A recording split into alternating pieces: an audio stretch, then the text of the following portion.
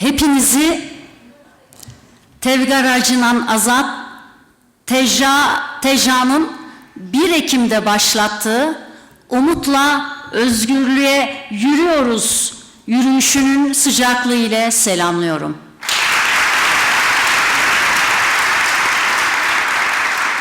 Yürüdüğümüz her kentte umudunu, barışa ve özgürlüğe olan açlığını, özlemini adımlarımıza katmış kadınlar adına hepinizi selamlıyorum.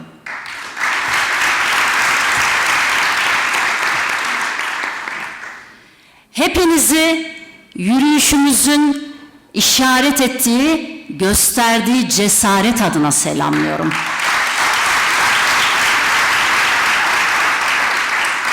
Çünkü biz kadınlar hiç olmadık zamanlarda ya da herkesin korkarak sustuğu zamanlarda ses etme cesaretinin örneklerini sergileyen bir tarihten geliyoruz. Bugün bir haftadır sergilediğimiz cesaret, susmuş bir toplumun barış arzusunu hatırlatan bir cesaretti. Barışa cesaret edemeyenlerin diline dolanıp duran sözcüklerin çıkmasına gösterilmiş bir cesaretti. Bizim bir haftadır Diyarbakır'dan Ankara'ya kadar sergilediğimiz yürüyüş cesareti, barışa cesaret, barışla gelecek özgürlüğe cesaretin kendisi, bu halkın yüreğinde kilitlenmiş olan şeyin açığa çıkmasına dönük bir cesareti. Bundan belki de biz bugün Kürt kadınları olarak bu hareketin doğduğu yere gelmeye cesaret ettik.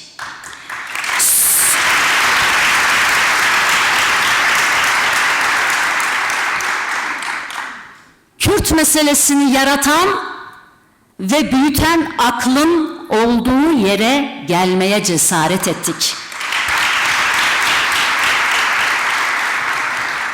Barışı kaybettiğimiz yerde inşa etme cesareti göstermeye geldik. Kuşun bir türlü inşa olmayan ikinci kanadı için cesareti olmayanlara dilerlerse cesaretimizden bir parça vermeye geldik.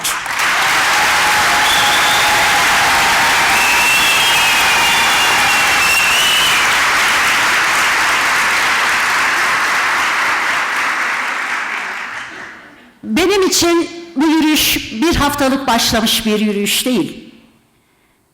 26 yıl önce yine 1 Ekim'de 1999'da barış için, barışın bedenini göze alarak, barışa cesaret ederek gelmiş Demokratik Barış Grubu üyesi olarak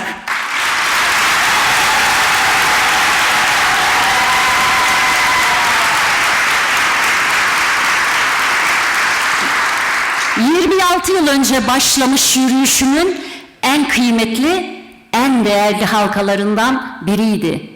Bu yürüyüş bugünün yürüyüşü değil ama bugünün çözüm cesaretinin yürüyüşü olmaya aday bir yürüyüş olarak çıktı. 26 yıl önce çözülebilecekken, 26 yıl önce barışabilecekken, 26 yıl önce silahlar susabilecekken, barışmaya, çözmeye, silahları susturmaya cesaret edemeyenler yüzünden kaybettiklerimizi hatırlatan bir yürüyüş oldu benim için. Bu yürüyüşte 26 yılda öyle şeyler kaybedildi ki 10 binlerce can, 100 binlerce yürek yandı. Milyonlarca lira harcadı bu insanlar kendi kaynaklarından. Rejimler yıkıldı bu ülkede bu 26 yıl içinde. Demokrasi yoksulluğunu büyüten rejimler kuruldu bu ülkede bu 26 yıl içinde. Kürtlerle eşitlenmeyi göze almayanlar bu ülkeyi eşitsizlikte, özgürlüksüzlükte, demokrasisizlikte eşitlediler.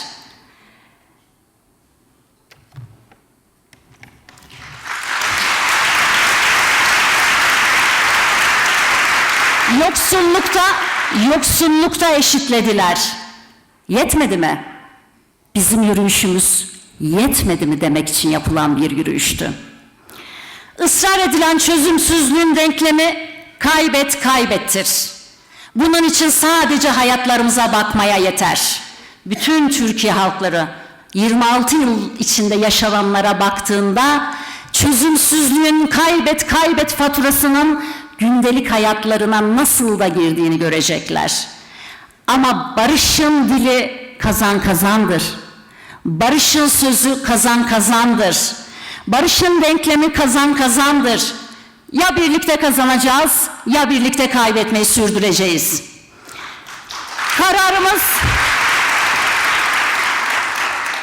Kararımız barışsa muhatabınız İmralı'da Kürt Halk Önderi Sayın Abdullah Öcalan'dır.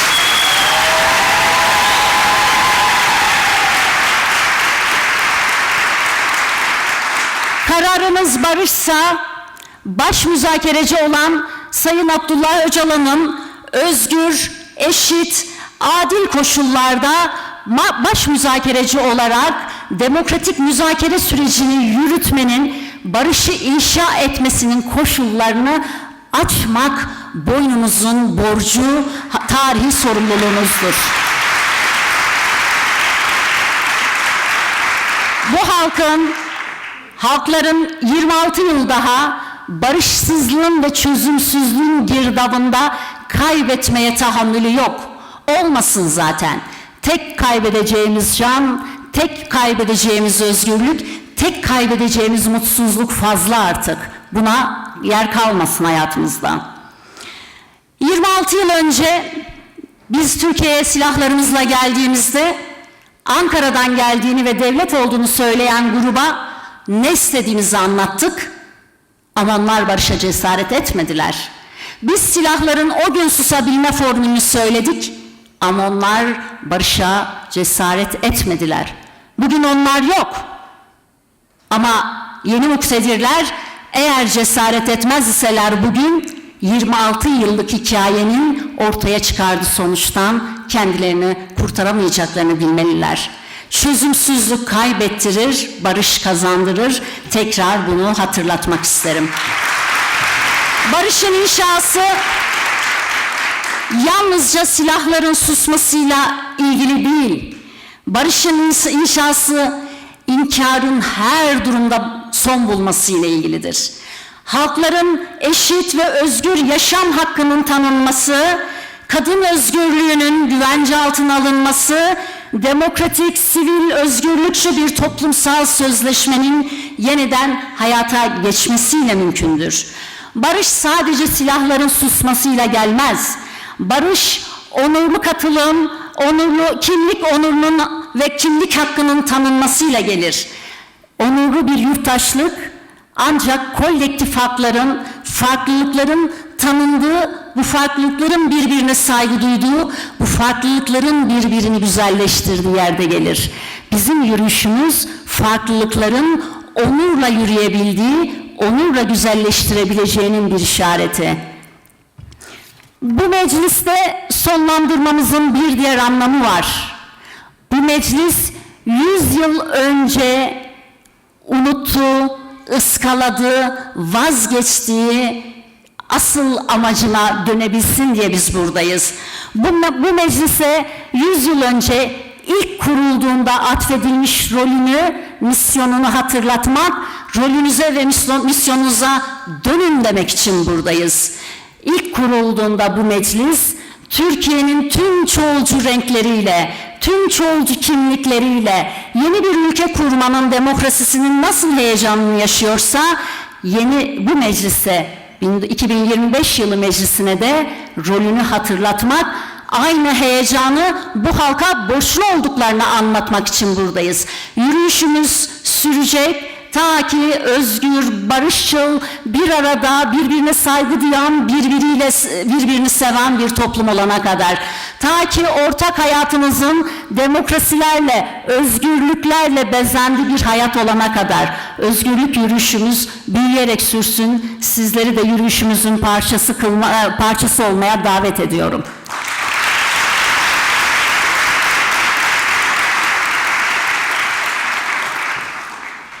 Yarım kalanları tamamlamak, barış ve özgürlük için atılmış en büyük adımdır. Yarım kalanları tamamlamaya davet ediyorum bu meclis çatısı altında bu halk için siyaset üretenlere.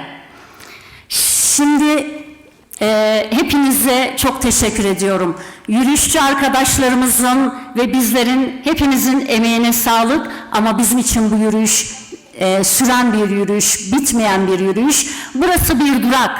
Ta ki İmralı'nın kapıları açılana kadar. Ta ki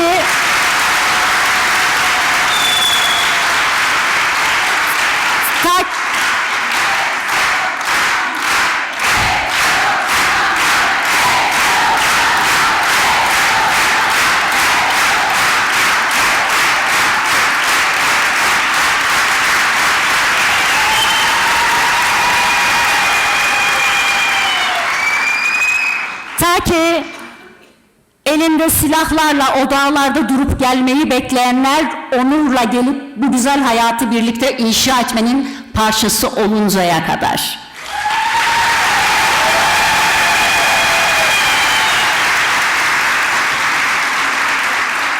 Sevgili DEM Parti grubuna, yürüyüşçüler adına hem teşekkürlerimizi iletmek hem taleplerimizi içeren bir dosyayı sunmak isterim son olarak.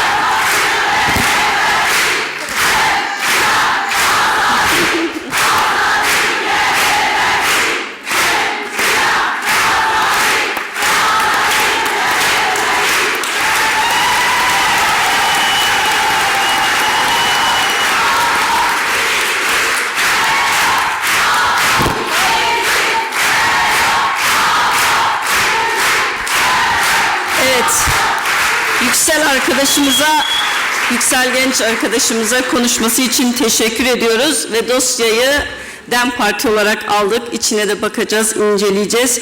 Bir kez daha hatırlatarak grup toplantımızı sonlandıralım. Biz kadınlar barışa olan inancımız ve çözümdeki ısrarımızla Sayın Öcalan'ın geliştirdiği barış ve demokratik toplum sürecinin arkasındayız. Barışı inşa edeceğiz. Bu ülkeyi eşit, özgür bir ülke yapacağız. Bugün bu grup toplantısı hiç bitmesin istiyoruz. Coşkunuzla geldiniz, umudu büyütüp geldiniz, hoş geldiniz. Yolumuz açık olsun. Şinjian Azad.